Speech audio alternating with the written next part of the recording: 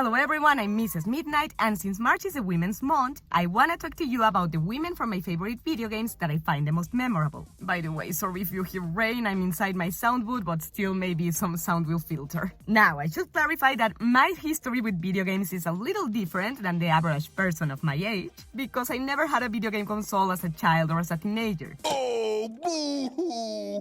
Let me play a sad song for you on the world's smallest violin. The first console I ever had for myself was a Wii U, and I bought it when I was around 22, 21, or maybe older, I'm not sure anymore. But before that, I only played in the computer in a platform called Wild Tangent.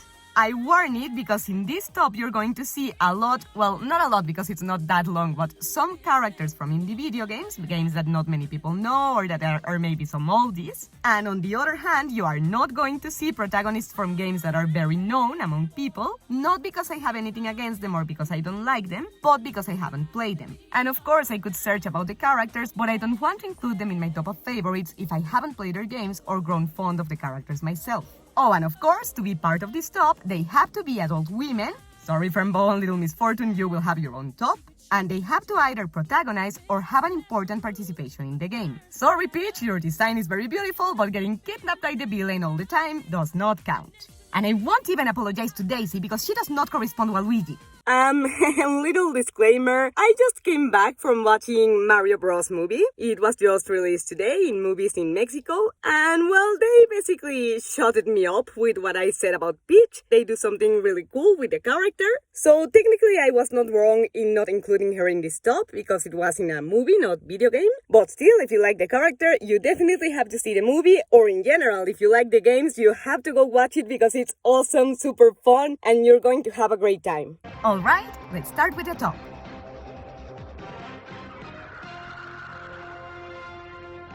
Honorable mention to Lara Croft from Tomb Raider, Samus from Metroid, Bayonetta from the game with the same name, and Princess Zelda from The Legend of Zelda. Although I haven't played their video games, I'm sure they have earned their position in the industry. There's a reason why they are so relevant, and I would love to know them better. So if you would like to recommend me your favorite title from their games, be sure to leave it in the comments. Well, once I played the Minish Cap from The Legend of Zelda, and I liked it so much that I played it twice, but I don't think it counts because Princess Zelda does appear, but they don't go so deep into their character. So we better go see who's in the 6th place of the top.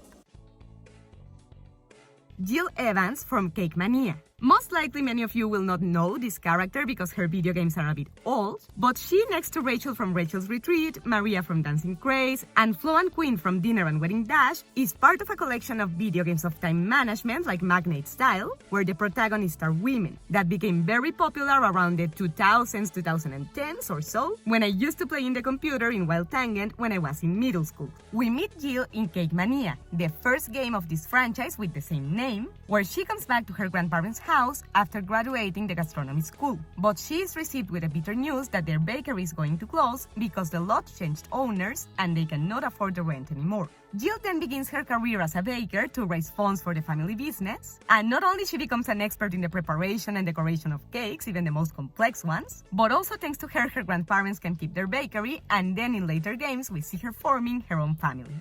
She is in the 6th position of the top because Jill shows us that we do not need to have superpowers or an extraordinary life history to be the superheroes of our own lives, and why not, every once in a while, for our loved ones as well. Although it's not always easy for her to balance between work and family, she constantly works on keeping this balance despite the adversity and her attachments. Flo from Dinner Dash. Before anything, I should clarify that I mean the Dinner Dash games that I played in the computer in Wild Tangent and not the mobile version. Dinner Dash 1 and 2, Dinner Dash Flow on the Go, Dinner Dash Hometown Hero, Dinner Dash Flow Through Time, and other titles. This saga was my first hook to video games, and wow, it had it all. Good story, excellent playability, challenges in every level. But that damn developer! When they stopped updating it, it finished. Hey, but isn't there a mobile version? I said when they stopped updating it, it finished! In any case, we meet Flo in Dinner Dash, the first video game from this franchise, when she is about to have a burnout in her job as a stockbreaker because everybody is saturating her with documents and urgent petitions, so she runs desperately to the street, and there she buys an abandoned food local that will be the first restaurant of her future empire. And it's precisely because of this that she earns the 5th place in this top. There's a lot said about the braveness you need to pursue your career, your passion, in your youth. Around 18 or 20 years old, that's the average age to enter college, but Flo gives a voice to the cases of people that in the end of their 20s or the beginning of their 30s realize that they screwed up in their career choice. And with this, she reminds us of the braveness that you need to say, you know what, I made a poor career choice. And that's okay. I'm going to start over, and this time I'm going to pursue my dreams. And actually, believe it or not, these characters that accompanied me since my adolescence have now been my greatest inspiration to do exactly that, to start over and pursue my vocation. And it's actually very cool to see that same way that they upgrade their businesses and their work material and supplies, I do the same with mine, and little by little I increase the quality of my work. And this is why Flo is my favorite character from this type of games, like time management, because her passion is so much that she is not only an inspiration for other characters, but also for the players. Mother Mabuka from Frambow. You may be surprised to see the Queen of Apollo, the reality of darkness, in this top, but besides the fact that villains are not always 100% evil, Mabuka actually never hurts Fran or antagonizes with her, even after knowing that her son Remor is actually against Fran. Actually, Mabuka helps Fran in the last stage of her search for the truth, when she tells her what she knows and opens her heart so Fran can see by herself what happened to her parents. And although due to her nature she's not tender or affectionate with Fran, she does show her certain level of empathy when Fran asks her if she doesn't care about what Remor did to her. Her answer is very crude. She replies, well, I'm curious to know why, if that makes you feel better. But this is because in her reality, things like murder, dismembering, and all the things that Remor makes Fran bow to her parents are not frowned upon. Even Edward tells Fran that what's terrible in our reality is reasonable there. But what we should highlight in this case is the fact that even though she doesn't achieve it, Mabuka was actually trying to comfort Fran, which again caught my attention because despite being a creature of the darkness, she's showing a certain level of empathy. She is included in the top because her actions with Fran reflect that, unlike her son, the Prince Remor, Queen Mabuka actually respects the rules between the 5 realms of essential existence, contributing to them coexisting in peace, which makes her really respectable for me, because due to her nature, this must be extraordinarily complicated. I can't give her a higher place in the top because given how different the rules of her reality are to ours, it would be very hard for someone in Pandora to consider Mabuka a good woman. But she is a great creature of the darkness that constantly proves that she is worthy of the gift she was given to know it all.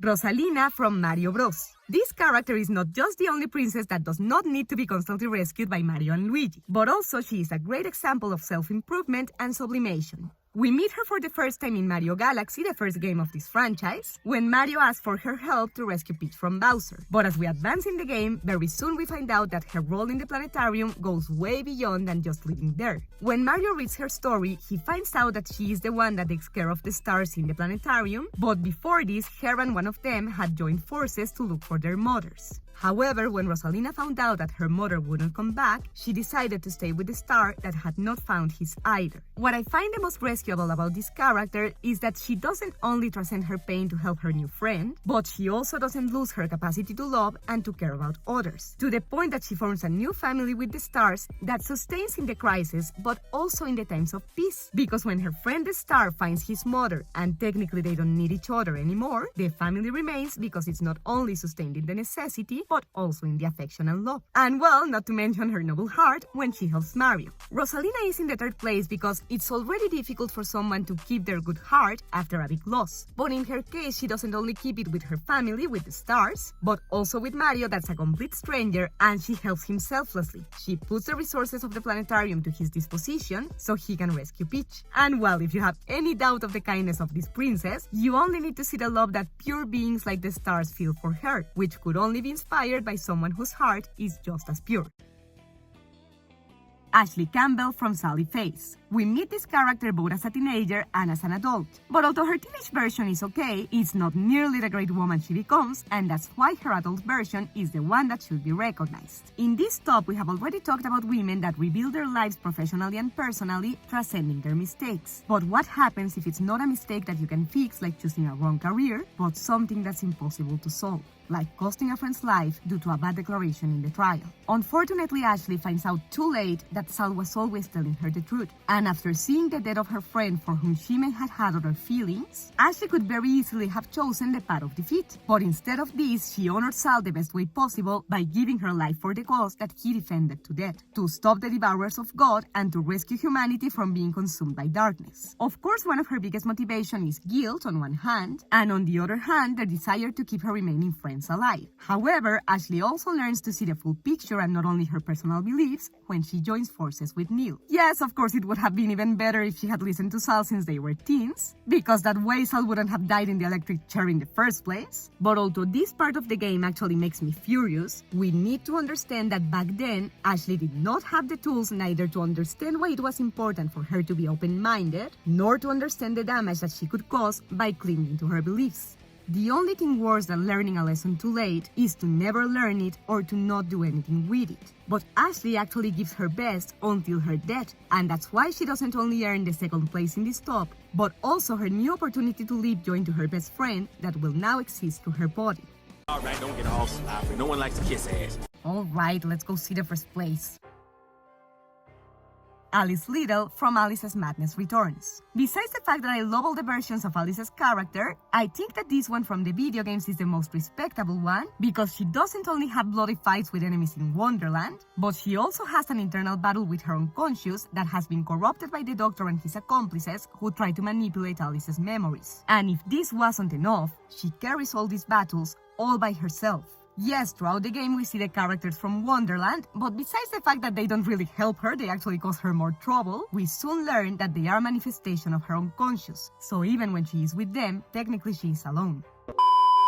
Sorry guys if you notice any changes in the image quality. Sadly the storage of my phone is full now and I think I'm going to take a little long to depurate my things and see what I can erase. So we will have to switch to the iPad to conclude what we were saying about Alice. In the story of this game, Wonderland is directly connected to Alice's mind. However, this metaphor that if she saves Wonderland, she can save herself, can easily be applied to anyone that has to carry out a project or solve a problem while they are struggling with mental health or an imbalance in their mind. And Alice does it with the aggravant that she lives in a time where the information about mental health or the gaslighting techniques that the Doctor applies to her was pretty much none. Most likely, most of the people in the city did not even know that a professional of mental health could do something like this to their patients. And she accomplishes this without no ally but the resources in her own mind.